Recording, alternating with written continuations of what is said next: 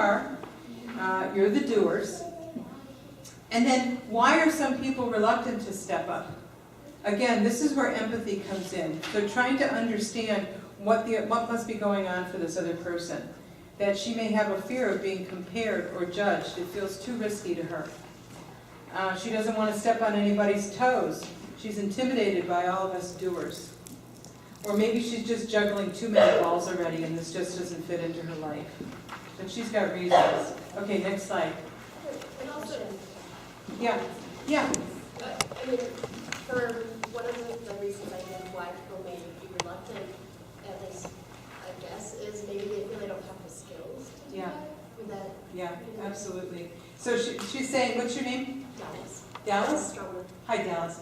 So Dallas is saying that maybe she feels like she doesn't have the skills, and so she's feeling a little bit less than. Or volunteers.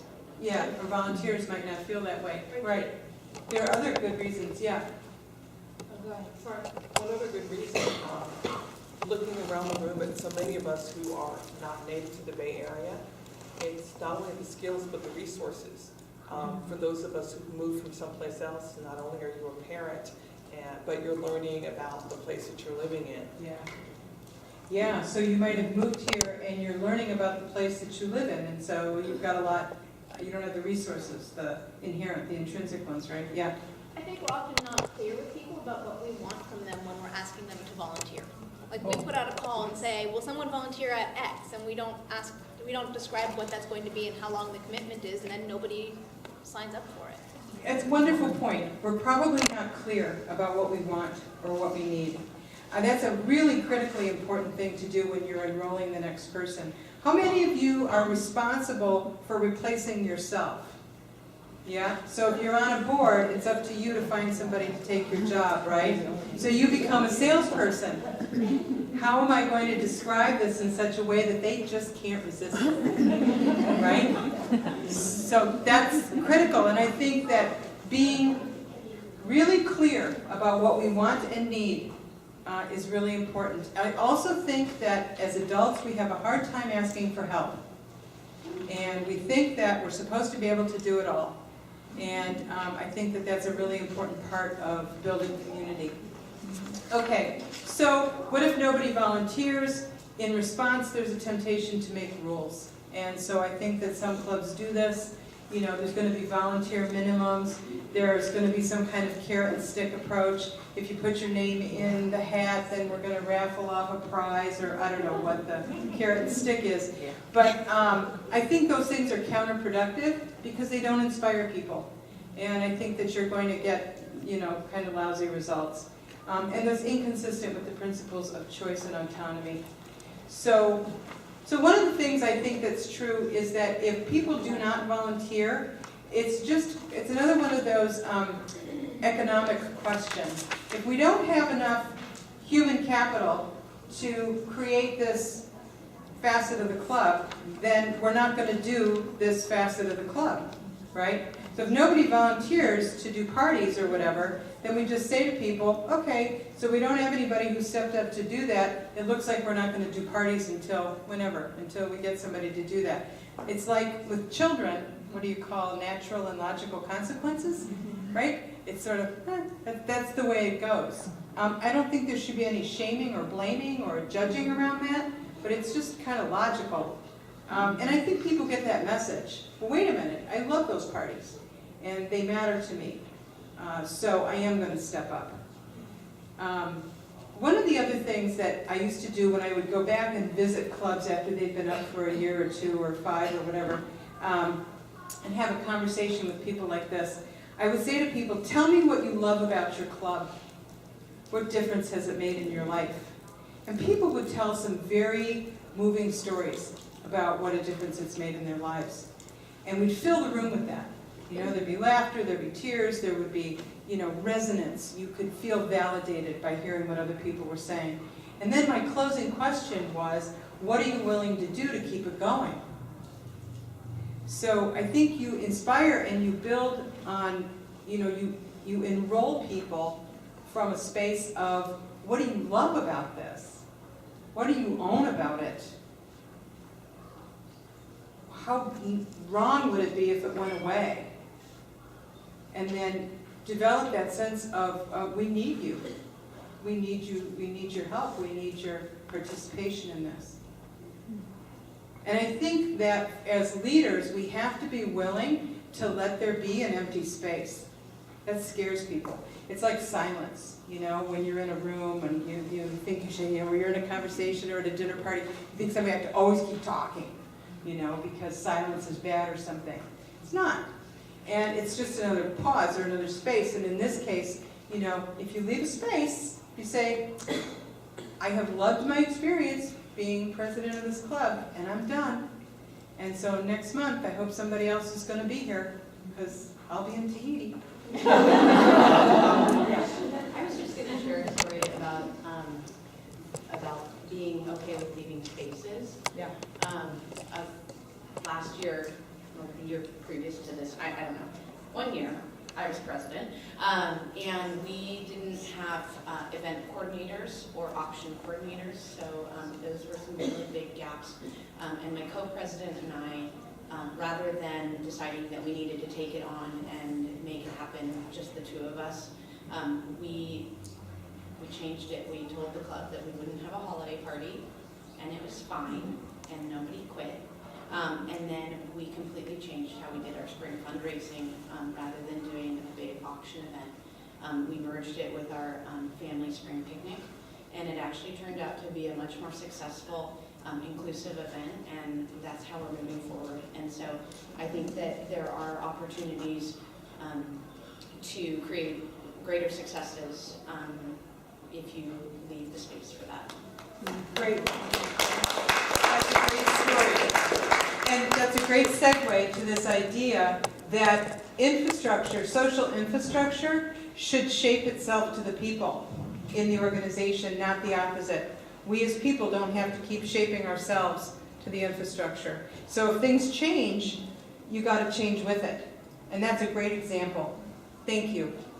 All right, so we've talked about stewardship and this notion that as a leader, you hold the club in trust for a period of time. And when your service is complete, you pass the baton to the next group of parents. You should know that coming in. I think you probably do, but remember it. Because that leads into your legacy. If you're thinking about, if you're reflecting on what is it that you've created and what do you want to leave behind, if you're connected to that in yourself, then it's going to ready you for letting go at some point. Right? So it's not, my whole identity, my whole life is not vested in this thing. And I'm preparing myself all along the way for handing this off to somebody else and creating a space. And I told Amaranth this story, and this was the story of Patty McLaughlin, the woman who helped me write the book. She was the president of the Upper Township Ocean City Mothers Club the year after I was. And that was her thing. She was like, I'm done at the end of this year. You know, she came in the 11th month and she said, I'm going to be done. I've loved it. Thank you very much, but I'm moving on. So somebody step up. And there was silence. And nobody wanted to do it, you know. And of course somebody did. The other story I want to tell you quickly is about Susie Wilkins. It's so funny that I remember these things, because this was in the 80s. Susie joined the Upper Township Ocean City Mothers Club, and she was very shy, really introverted person, and she was best friends with Kathy Kirkpatrick. And Kathy and Susie did everything together. They needed to be in the same play group. They went everywhere together. They were, you know, really tight. And it enabled Susie to feel comfortable. And so Susie just kind of took her own time in defining how she was going to participate in this club. And in the 4th year of the club, she was ready to become president of the club. And what I remember from her, what she taught me, was that if I had said in the very beginning, you have to do it this way, Susie. Everybody's got to participate in a committee, or everybody's got to do something, or everybody's got to do, you know, there were rules, we would have lost her. And what she got to learn about herself, this really shy, introverted person, was that she had leadership capacity. And she really flourished. So I am often guided by that knowledge that we all possess our own internal clock. And it's up to me to figure that out. Yes, back there. Can you say a little bit about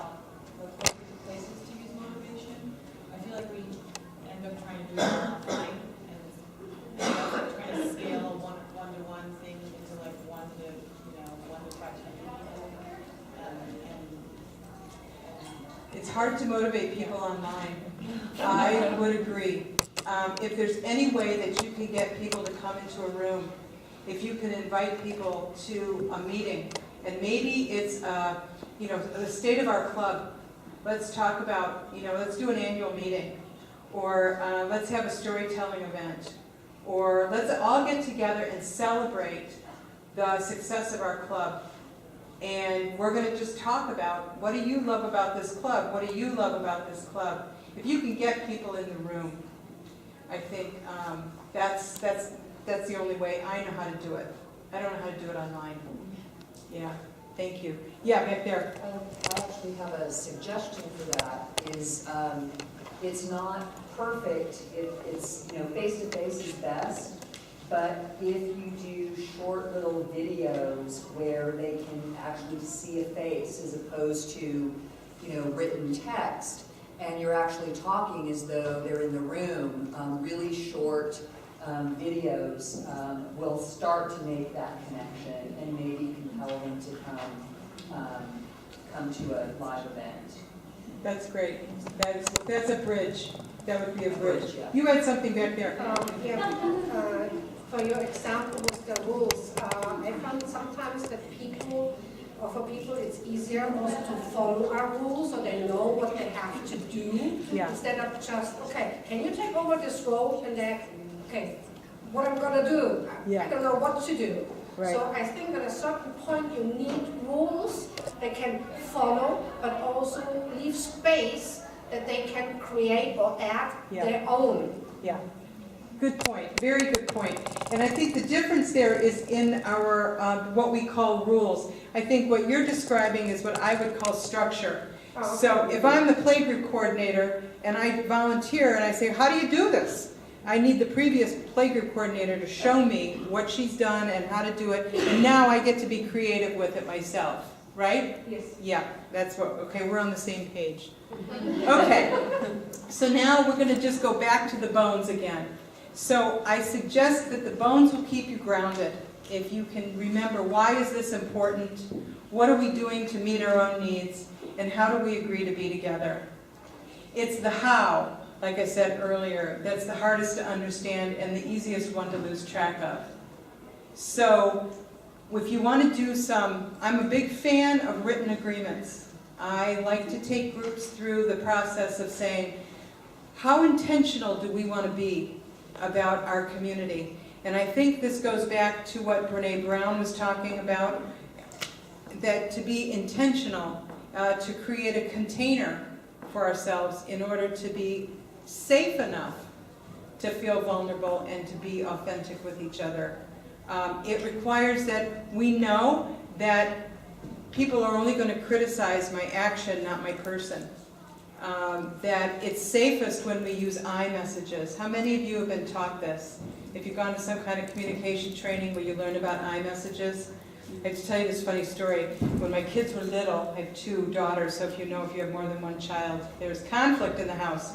And so I went to a conflict, mediation training, and they have this special curriculum for children.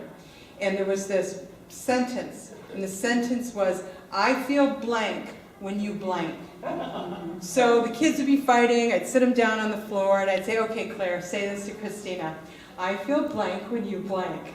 And of course, she would say, oh, I feel furious when you steal my toy.